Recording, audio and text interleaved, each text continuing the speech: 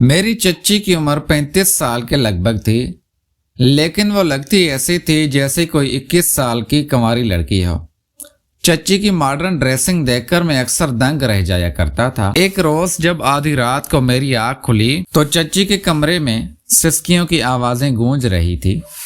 मैं घबरा कर कमरे की जानिब दौड़ा। जब दरवाजे के सुराख से अंदर झांका तो मेरे औसान खता हो चुके थे। चच्ची एक गैर मर्द के साथ बिस्तर पर, वो सब जो उससे नहीं करना चाहिए था। चच्ची ने मुझे देखा तो शर्मिंदा हो गई और हाथ जोड़ने लगी, किसी को कुछ मत बताना। लेकिन उनकी हालत और हुस्न को देखकर मैं भी खुद पर कंट्रोल ना कर सका और मैंने भी मौके का फायदा उठाकर अपने भड़कते हुए जज्बात में ठंड डालने का फैसला कर लिया।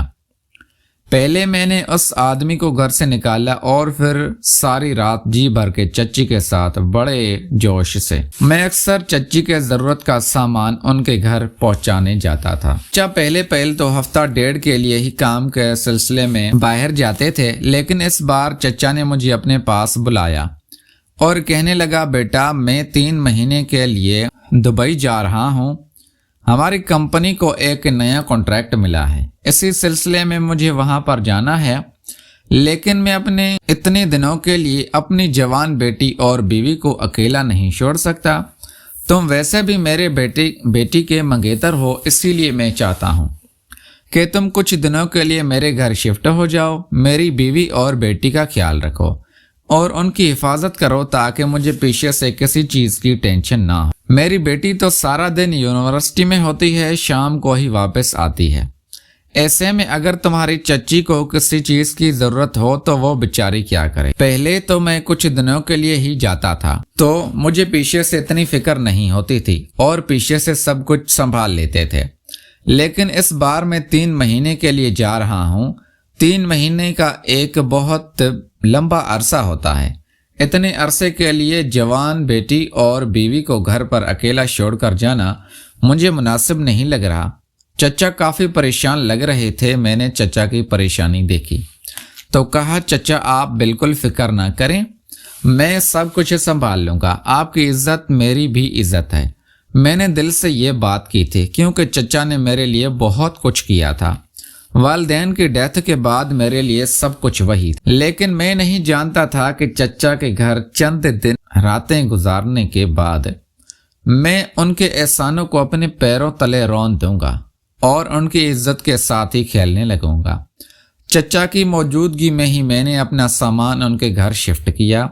जब चच्ची ने कहा भी था कि वो अकेले गुजारा कर सकती है, लेकिन चचा नहीं माने और फिर मुझे अपने घर छोड़कर वो 3 महीने के लिए चले गए। उनके जाने के बाद वो पहली रात मैंने सोचा कि मैं अपनी मंगेतर को वक्त दूंगा, उससे ढेर सारी बातें करूंगा जिससे हम एक दूसरे को बेहतर तरीके से समझेंगे और मैं उससे अपने हालात से मुतल्लिक आगाह करूंगा। लेकिन मैंने देखा कि वो तो अपनी पढ़ाई में ही बहुत मसरूफ रहते थे और उसने मुझे जरा सी भी अहमियत नहीं दी। मुझे रात को देर से सोने की आदत थी, इसीलिए मैं खामोशी से सारे घर का चक्कर लगाने लगा।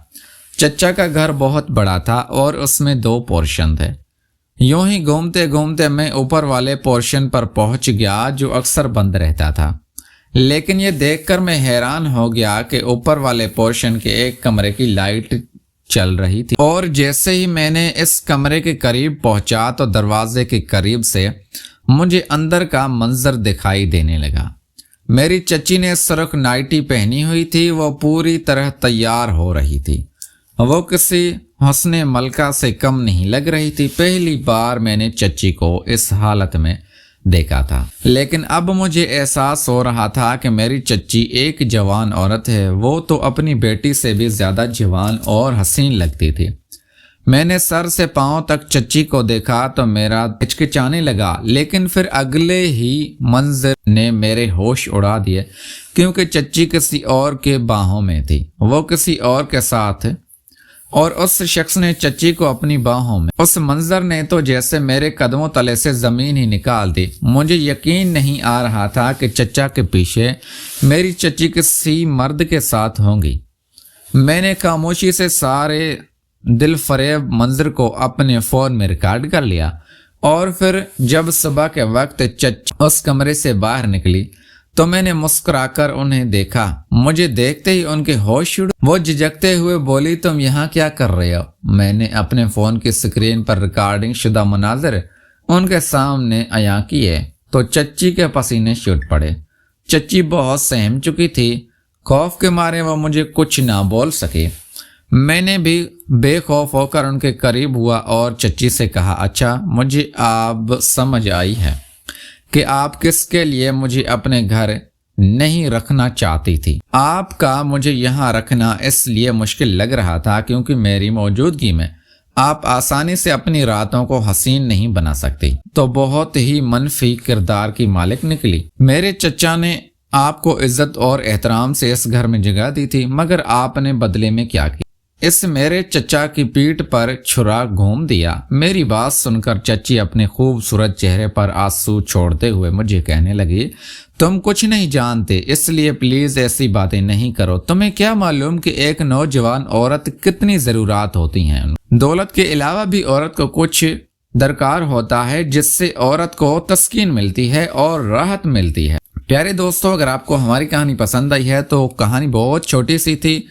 अगर आपको पसंद आई है तो वीडियो को लाइक करके चैनल को लाजमी सब्सक्राइब करें। मिलते हैं अगली वीडियो में। Thanks for watching.